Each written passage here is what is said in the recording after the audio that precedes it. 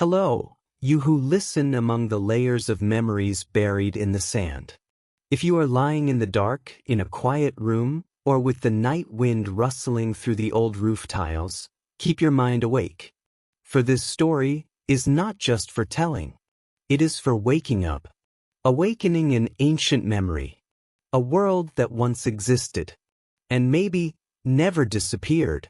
This is a story about Egypt, not the tourist version with pyramids and sphinxes that you see on postcards, but another Egypt, full of forgotten mysteries, gates that no one dared to open, and creatures, not of the world of men, that were once called gods.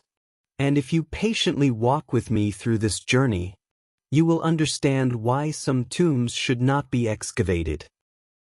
Sand covers dreams. Sand covers reality. And under that thick layer of sand, something is still breathing. Very softly. For a long time. My name is Jacques Moreau, a French archaeologist specializing in ancient Egyptian civilization. In 2023, I was invited to a new archaeological site in the Saqqara area, famous for its ancient step tombs. But this discovery was not announced publicly. There was no press, no scholars other than us. It was funded by a private foundation, so secretive that I have never met their representatives. We call the area Area 13. A series of dark tunnels deep underground, not on the official archaeological map. It all started with a small earthquake. The ground cracked open, revealing a black granite staircase, unlike any other material found in this area. The characters carved there were strange too, not traditional hieroglyphs, but a combination of symbols and sounds, like ancient codes. I couldn't sleep for 3 nights straight after I first set foot in the pit. There was something in the air there, like you were entering a place not meant for the living. On the 5th day, we broke through the first layer of stone. Behind was a long corridor. On the walls were drawings of half-human, half-beast creatures, crouching before a portal of light. The light was depicted as a circle of fire in the middle of the desert night. Above the heads of the creatures was an inscription. Only those who bear the old name may pass through. Those who do not know their name will not return. One of my young students, Amira, an Egyptian, whispered that she had dreamed of these drawings when she was a child. A dream that recurred throughout her childhood. In the dream, she stood before a giant stone portal and heard a whisper, "Call my name." That night, everyone left the archaeological camp. Only Amira, me, and the 2 technicians remained. Because the second door, unbolted, unlocked, but still tightly closed, had just opened. No sound, just a breeze from inside, carrying the scent of half-burnt incense and something like old blood. Amira entered first, not waiting for us, as if she had been called. Inside was a round room, with a high, vaulted ceiling like a Gothic cathedral. In the center, a black stone slab, like an altar. On it, a scroll of parchment wrapped in human hair. I was not mistaken. The hair, black long, still shine. We unrolled the scroll. Ancient writing ran from left to right, in a bright red ink that had not yet dried. And the first line sent a chill down our spines. When you read this, the sleeper in the dark will begin to awaken. Remember, every word that has ever been erased is there for a reason. That was just the beginning. Then one of the 2 technicians disappeared from the camp that night. No trace, no belongings, no cries for help. And the sand began to move every night around the hatch, forming circular swirls, as if something was crawling out from underneath. When people look at the image of a god, they think they are looking at faith. But no, it is memory, a memory that does not belong to man. We entered the tunnel on a Saturday afternoon, when the sun had turned a burnt copper color. The air inside was strangely cold, dry enough to make your tongue sting. Flashlights illuminated the walls, where ancient carvings appeared like scenes from a deep historical dream. On both sides of the corridor were figures of half-human, half-beast creatures. Some with the heads of ibises, some with the heads of jackals, some with human bodies but wings of fiery red. They were not familiar gods like Osiris, Horus, or Anubis. These were more primitive forms. Older, like the parents of the gods in legend. I shivered when I saw an inscription above their heads. I had never seen this inscribed in any Egyptian text. But I understood it. Not with reason. Intuition. We are not made of mud, but of light and darkness, divided into two halves. Human and divine. Amira whispered beside me, repeating the words in the ancient language. She had not studied the language. Not at all. But she read it as if she had spoken it all her life. We stopped when we reached a small room on the right side of the corridor. The stone door was carved with the image of the sun, but not a simple circle. It was a sun with a face, eyes wide open, arms raised, and snakes coiled around it like a fiery tide. Amira pushed the door open. It opened softly, as if it had been waiting for a long time. Inside, we entered a small, semicircular temple room, the walls covered in a pale gold paint that had barely faded. In the center of the room was a large relief taller than a man's head, depicting the god Ra wearing the sun disk, flying on a boat of fire in the night sky, with the giant snake a pep tied to strings of light below. Beneath it was a line of text.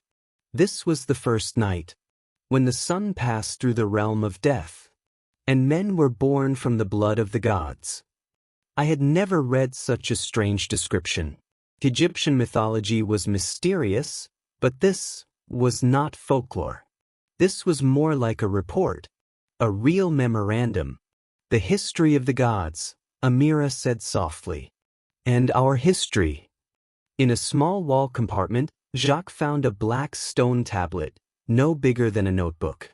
When illuminated, the characters glowed a deep red, unlike any ink I had ever seen. I put my hand on the tablet. A chill ran down my spine. In my head, not a thought, but the vision. A blood-red sky, full of stars. A great ship of fiery gold sailing through the sky. And on the ship, metallic creatures, animal-headed, cloaked in black, watching a portal below.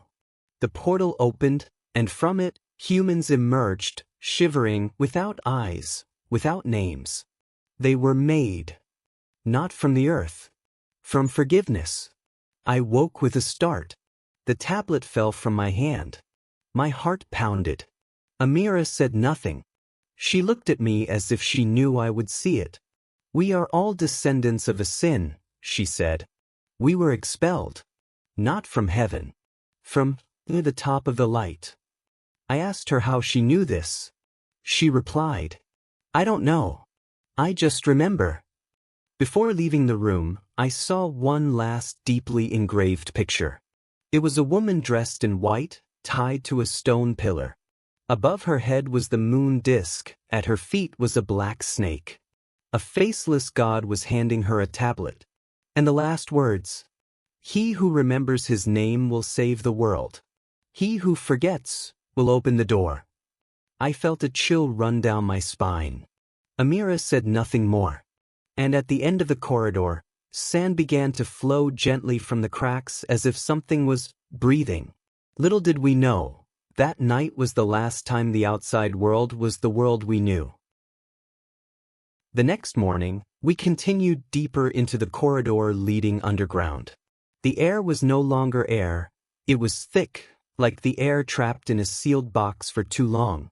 The flashlights were starting to run low despite having had their batteries replaced. The three of us had our watches jumping around, each showing a different hour. But the strangeness did not stop there. After nearly 200 meters, the corridor ended at a triangular stone door, a rarity in Egyptian architecture. At the top of the triangle was a very special symbol, 3 stars aligned, connected by faint golden lines, like ancient light etched into lines.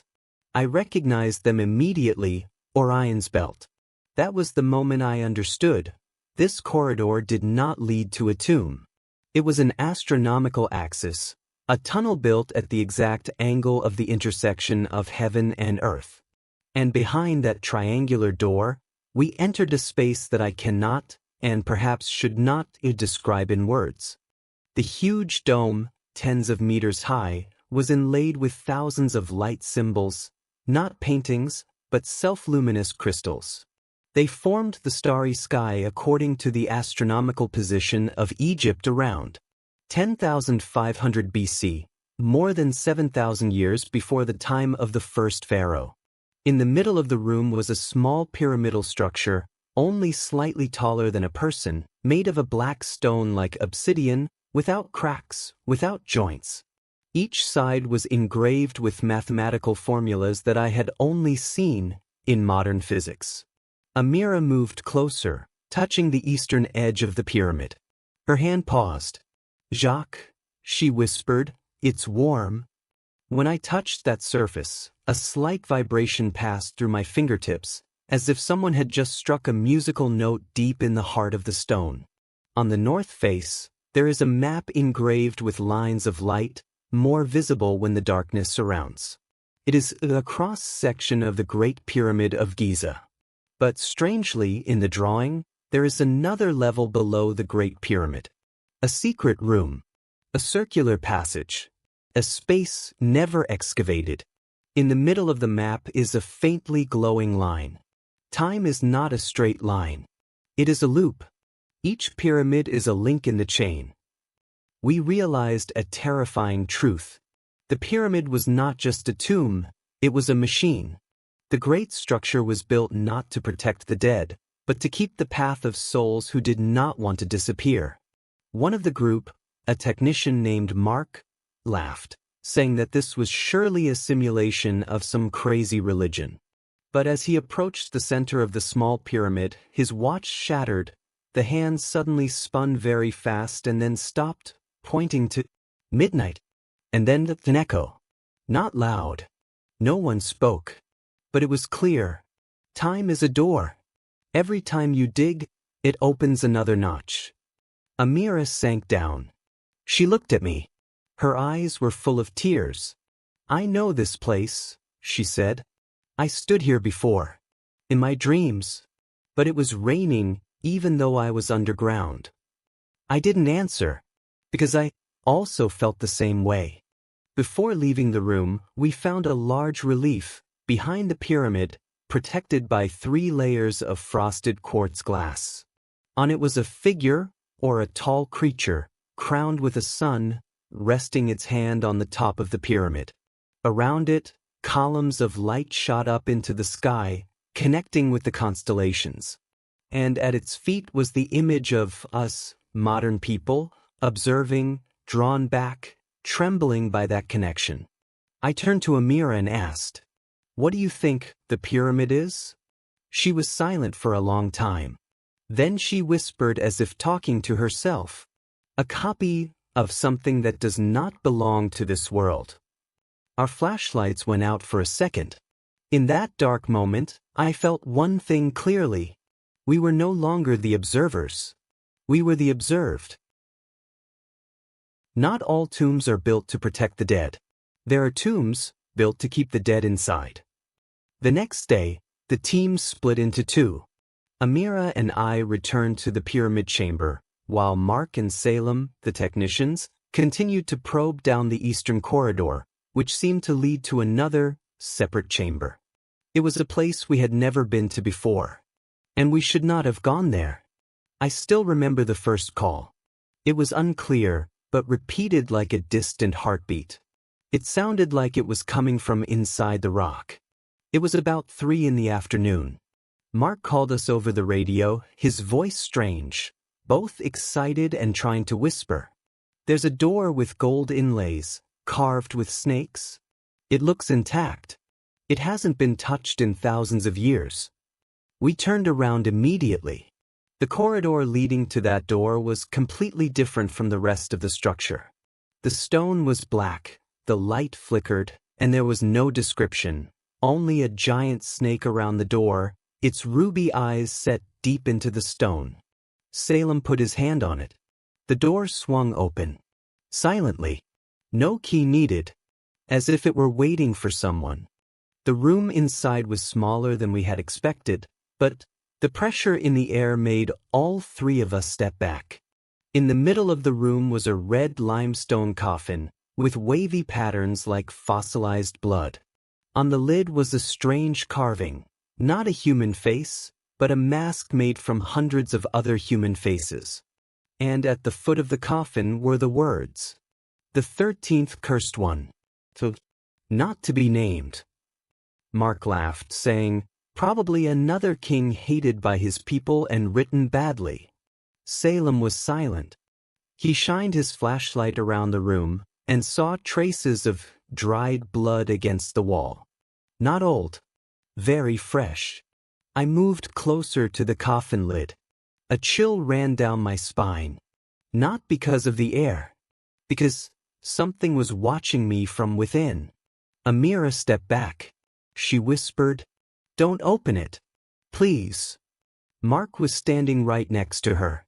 And then, as if on impulse, he put both hands on the lid and began to pull. There was a crack. The lid flew open at a corner. The smell of incense, mold, and something like fresh blood seeped out. All the flashlights flickered and then went out. Darkness enveloped us for a few seconds. And in that darkness, a sound rang out very close to my ear, not a voice. It was a hiss. Long, thin. Like a snake, but dragging. When the lights came back on, Mark was gone. The coffin was wide open. It was empty. Salem backed up against the wall, his face pale. Amira stood frozen, staring into a dark corner at the back of the room. I called Mark's name over and over again. No response. We searched everywhere.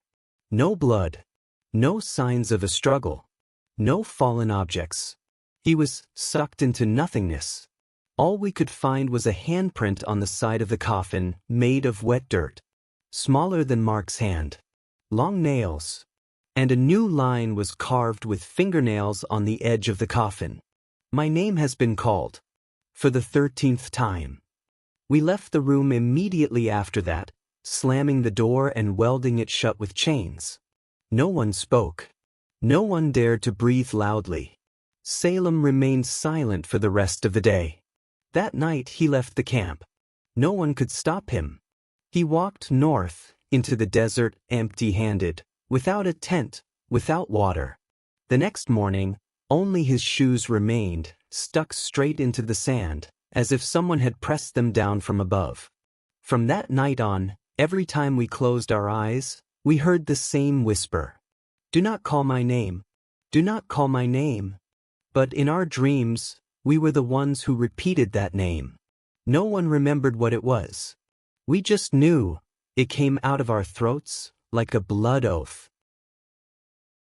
We thought we were learning about the past. But it turned out we were being observed from another place. A place that had written our path in advance.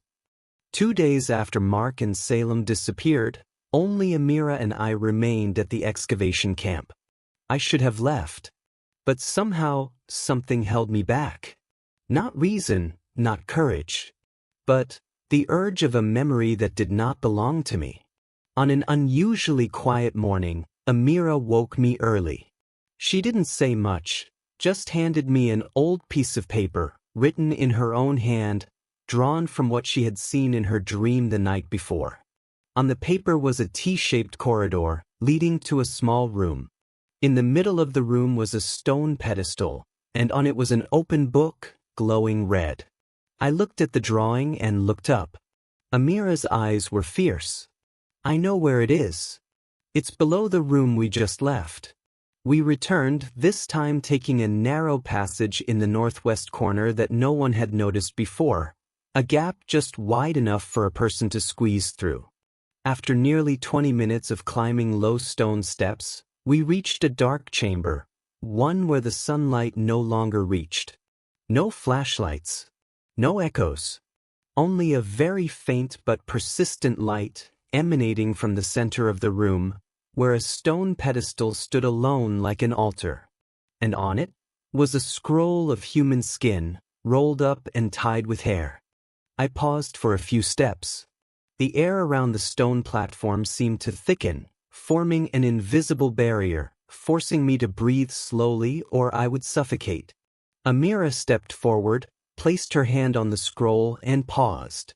She looked at me, asked, "If I open it, will you read it with me?" I nodded. And then, one by one, her fingers untied the hair. The scroll opened. On its surface were hieroglyphics, but unlike any book of the dead I had ever seen. The symbols moved very slowly, like the ink was still alive, rewriting itself. At the top of the page was a familiar symbol, a weeping eye, and below it were 3 paths, each leading to another symbol: fire, water, and a spiral. I tried to translate the first lines. They read, "This is a map that leads the soul to the doors of death. But he whose body reads it will not choose the path. He will be chosen." Amira touched a character in the middle of the page. It glowed. And then, the whole room changed. The space began to expand, the walls receded, the pedestal floated into the air. The room suddenly became infinite, as if we were being drawn into a film playing in reverse. Images appeared, pyramids floating in the sky, giant doors opening in the void, beings of light moving as pure consciousness. A voice spoke in my head, not as a sound, but as a thought. Language is a map. When you understand it, you pass through every door. Amira whispered, "I'm here." I turned. Her eyes were a deep reddish-brown now, as if reflecting the light of the book itself.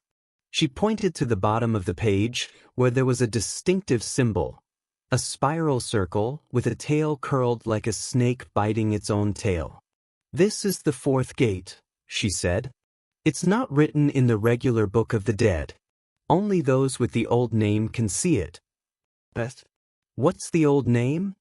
She didn't answer, but her expression changed, as if she just remembered her name, a name that the world had tried to erase from history. The scroll began to unroll itself. The room faded. The walls and pedestal returned to normal. As we walked back outside, I noticed something strange on my hand, on the back of my hand. A faint mark, like an engraving, was slowly emerging. In a language I had never learned but read, "The path is no longer backward." That night I could not sleep, because I dreamed of a book, but this time it was written in my own skin. And each line was a memory in my mind that had been erased, coming back.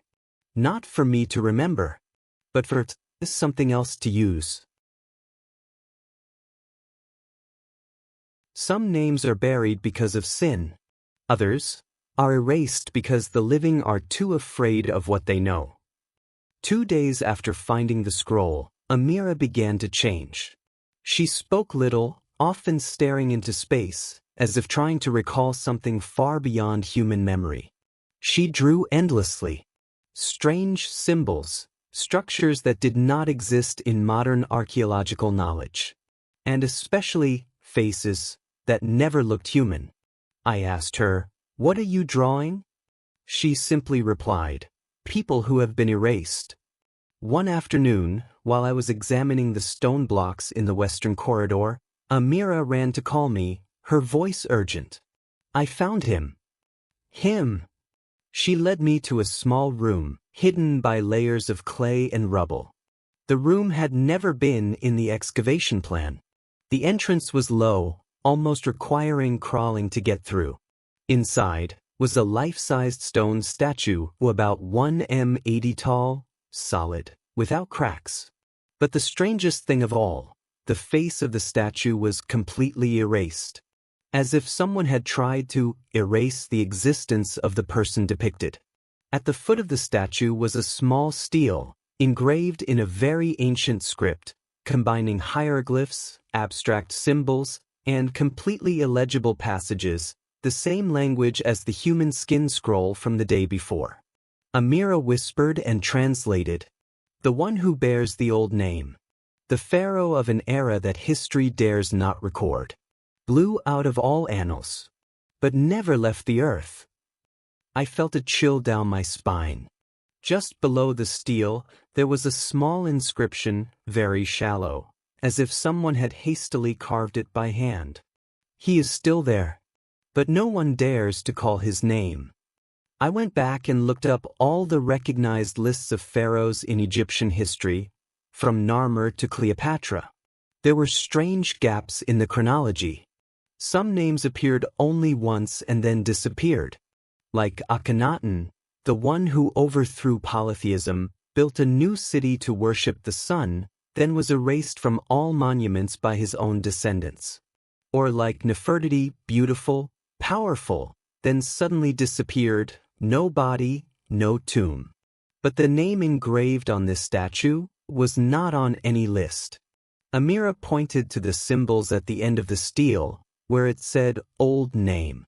She said, "He was not an ordinary pharaoh." She was the first link. "He opened the way for pharaohs to take human form. Before him, gods ruled. After him, mortals wore crowns. He was the bridge." I asked, "Then why was he erased?" She looked up, her voice low. "Because he was not human." I was stunned. Amira continued as if reading something from somewhere else. "He learned to live between dimensions. His body could disintegrate and recombine. Every time he was killed, he did not die, he was just pushed back to another plane of reality. But the ancients sealed him in the most powerful way, erasing his name from all memories. No one was allowed to remember. No one was allowed to speak." We stood still before the statue.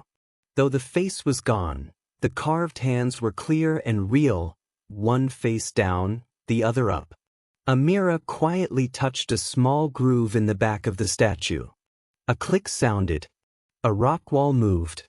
Behind it was a secret compartment, a rotten wooden chest, inside of which was an ancient piece of cloth. On the cloth was a faint map, not a topographical map, but a diagram of space, pyramids connected by bright lines, forming a spiral leading to a central point, where the symbol resembled a circle in a leather book. And beneath the cloth was a small piece of jade. On it, a single word was carved. A name. Amira read it with a tremble. Senemnek. No one knew the name. No scholar had ever mentioned it. But when Amira finished reading, all the camp lights went out. In the darkness, I heard the sound of rolling stones from the room with the statue. When I turned the lights back on, Amira was back standing behind me. I asked, "What happened?" She looked at me, silent for a long moment. "We already called his name." Language is the key. But some doors should not be opened, even if you have the right key. After saying the name Senek, everything around me seemed to change. It wasn't just the light that went out. It was the air, the space. For a few seconds, I couldn't feel any sound. Even my own breathing had disappeared. Then the flashlight came back on. But I was alone in the hallway. Amira was gone. I ran towards the room with the faceless statue. She wasn't there. I called her name. There was no echo. Only the echo of the name she had said, as if someone was repeating it over and over again in my head. I returned to the camp. And then I saw the most horrifying thing. All the drawings, notes, photos, data related to that ancient symbol had been erased. The hard drive froze. The camera formatted itself. The notebook was blank. The ink lines were faded as if erased by time. Only one thing remained, the human skin book. I opened the page Amira had touched. The lines had changed. Now, instead of ancient language, the symbols looked like biomorphic spirals. Not words, but patterns of movement, like genetic code. And then, I couldn't read them with my eyes anymore. I could hear them. Each symbol made its own sound, not a voice, but a feeling, a stinging sensation in my temples, a tingling sensation on my tongue, a smell like warm blood, a metallic taste. I wrote a paragraph on paper, but when I looked at the line I had written, I could no longer remember which hand I had written it with, or when. The words were simply, "I am reading you." That night, I pitched my tent alone. There was no wind, but the fabric of the tent billowed gently and rhythmically, as if something were breathing from within the earth. I dreamed that I was standing in a black metal temple, where the walls and ceiling were made of thousands of cubic symbols, glowing slowly like eyes. An entity approached, tall, faceless, armless, just a shadowy mass with a glint of writing on its body. It said nothing, but I understood. Whenever a living being creates language, it also creates a consciousness that lives within it. Language is the vessel. When I woke up, I saw that on my skin, on my arms, marks were beginning to appear, like faint engravings. I looked in the mirror, examined it with a magnifying glass. The marks matched the ancient symbols I had seen in the light room. I didn't have them. I don't remember anyone touching me. They appeared on their own. Now, in desperation, I tried to contact scholars in Cairo. No one believed me, until I sent a scan of the symbols that appeared on my hand. A professor was speechless and wrote back, "My lord, it is the first alphabet that was never completed, found in part in the temple of Abydos. But it was never meant to exist in its entirety." That's why he replied in a single line, "Because it is the language of rewriting reality." I understood. These symbols, when read aloud, when connected in the right sequence, would not just communicate. They would change the fabric of space. So, Amira had read part of it. She had disappeared. I had read part of it, and now I was being read back. I felt my memory fading away. It was as if I was being uncoded from myself. Not naturally forgotten, but erased by someone. That night, I heard Amira's voice for the first time since she disappeared. Her voice came from within the book, from the moving words themselves. "Jacques, you are no longer the reader. You are the next paragraph.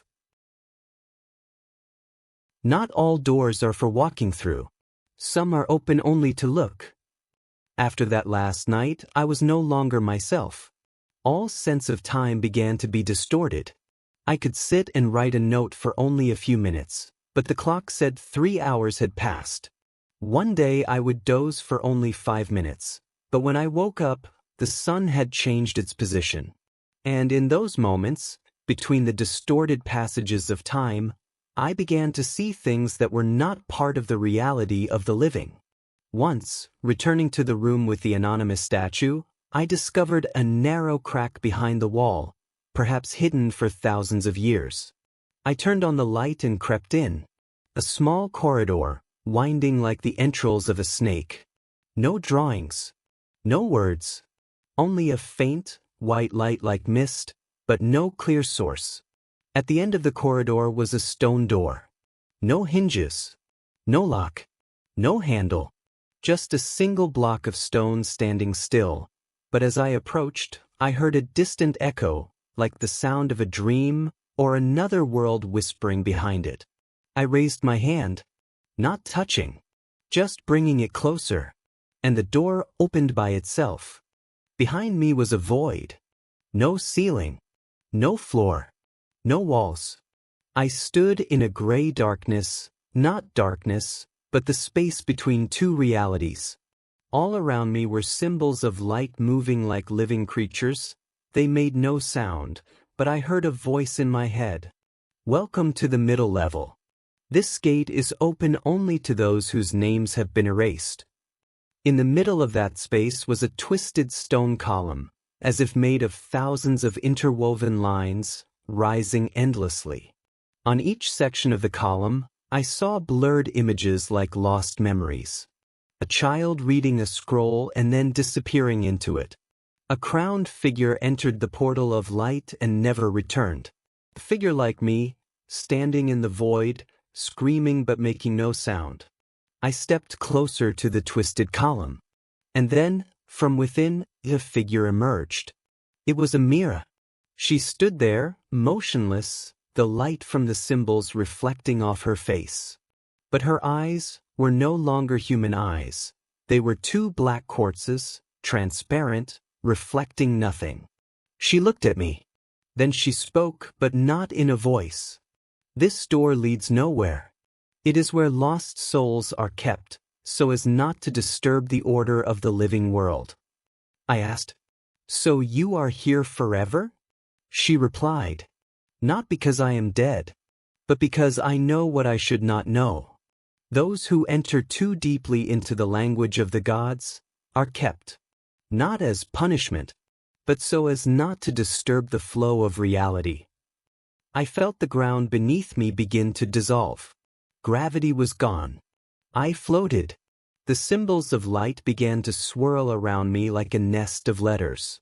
I looked down at my hands. The lines etched into my skin glowed brighter. I was being read, paragraph by paragraph, thought by thought, memory by memory, by the door. Amira whispered one last sentence. "If you leave here with this language, the real world will no longer hold you." I shouted, "Then what will you do?" She raised her hand. A ray of light drew a circle in the space, a new portal, and said, "Only when you choose to forget will the door close. Choose to keep the knowledge or keep yourself." I walked toward the portal.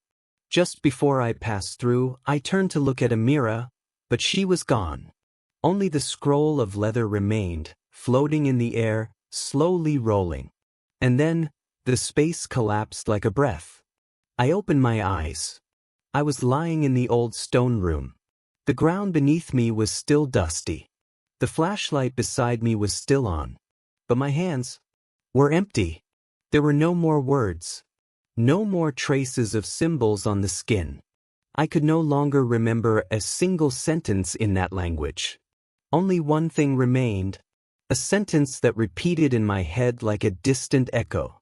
The door closes, but not forever. It's not because they failed that they disappeared. It's because they knew too much and chose to erase themselves from history. I returned to the excavation camp at dusk. No one was there. No trace of disorder. No sign of hasty dismantling. Everything simply gone. I called Amira's name. I called Mark's name. Salem's. No echo. Just the wind. And the faint sound of sand sliding. It was as if no one had ever set foot here before. I returned to the first place, the black stone steps that had been exposed by the earthquake. But they weren't there. Now there was a flat, sandy ground with no signs of digging. I dug. I used my hands. I used a shovel. Nothing. Just a cold, unbreakable layer of strange stone. I burst into tears. A few days later, I was found exhausted in the desert by a group of villagers. They said I had been wandering for 4 days without food or water, repeating the same phrase over and over again. I have been read. I have been read. I returned to Europe. I applied for leave. I disappeared from the archaeological community. No one believed my story. And then I discovered something even more terrifying. No one had ever heard of Amira. I checked all my emails. Not a single line of communication from her survived. Her passport. Her excavation team records. Even the funding notice from the private organization. Nothing. I began to wonder, had I imagined it all? But then, one rainy night in Paris, I received a small package with no sender's name. Inside was a piece of parchment, very similar to the material I had touched in the Saqqara underground. On it was a map of Egypt. But strangely, the place names were all erased, leaving only a single shape highlighted. A pyramid that had never been discovered, deep in the western desert, near the Libyan border. Below the map was a handwritten line in red ink. The last time they opened the door was to close it in on themselves. I contacted a senior scholar who had worked on the team deciphering the unpublished texts at the Temple of Karnak. When he looked at the map, his face paled. At the end of the New Kingdom, there was a great event that no history books recorded. We call it the Silent Retreat. All records of the 60-plus years of rule of a mysterious dynasty, carved everywhere, were completely erased by the Egyptians themselves. Not by invasion, not by natural disaster, but they erased themselves. That's why. He looked at me, his voice trembling. They knew something beyond human understanding. They learned how to interfere with memory, with history, with the order of the soul. And then, they decided to disappear before they themselves became a rift in reality. I left the library that evening in the rain, walking in the cold wind. And as I passed a large glass door, I stopped in my tracks. Because in the reflection, I could not see myself. It wasn't that there weren't people. It was that my face was no longer clear.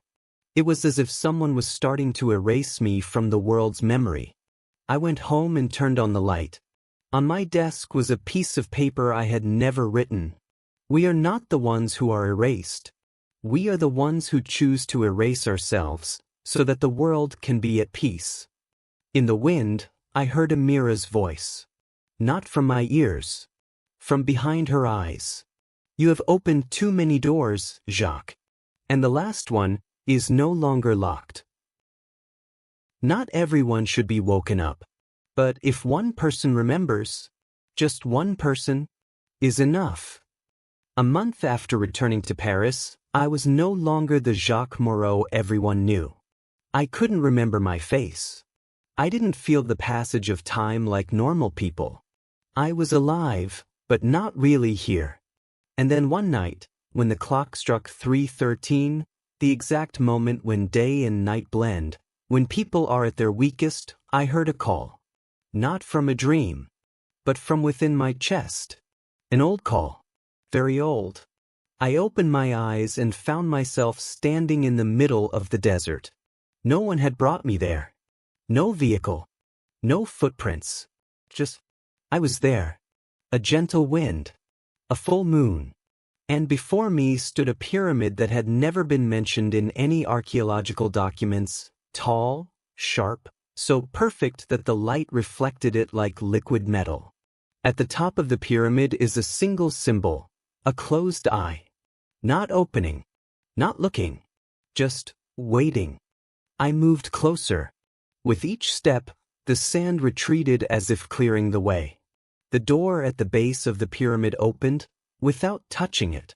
It was dark inside, but I didn't need a lamp, because the light now came from within me.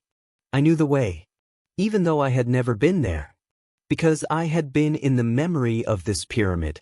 I walked through the long corridor. No statues, no letters, only breathing, a steady rhythm, as if this place were a sleeping body. And I was the first dream. Arriving at the center of the pyramid, I entered a spherical room. No walls, no ceiling, no floor, only the sky. The sky, right in the middle of the earth. And in the sky were them, all of them, the forgotten pharaohs, the erased ones. The gods are no longer spoken of. They do not stand. They do not fly. They do not look. They are waiting. A spirit. A voice. One last person, brave enough to repeat their names. Amira appears. No longer human. She is light, suspended in space, but her eyes are still Amira. She asks me a question. Are you ready to call the name of the old world again? I hesitate, because I know, if I read even just one line, the dreams will awaken, and the door will not close again. I ask again, why do you want to wake them? Amira does not smile. She just looks straight at me, because we have no other world.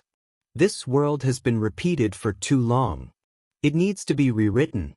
and only they know how. I walked to the center of the room, placing my hand on the black stone, and reading, not with my mouth, but with my whole soul. I read the names of those who had never been recorded, the names of the dynasties that had been erased, the names of beings that had existed before time. And as I read the last line, the eye at the top of the pyramid opened.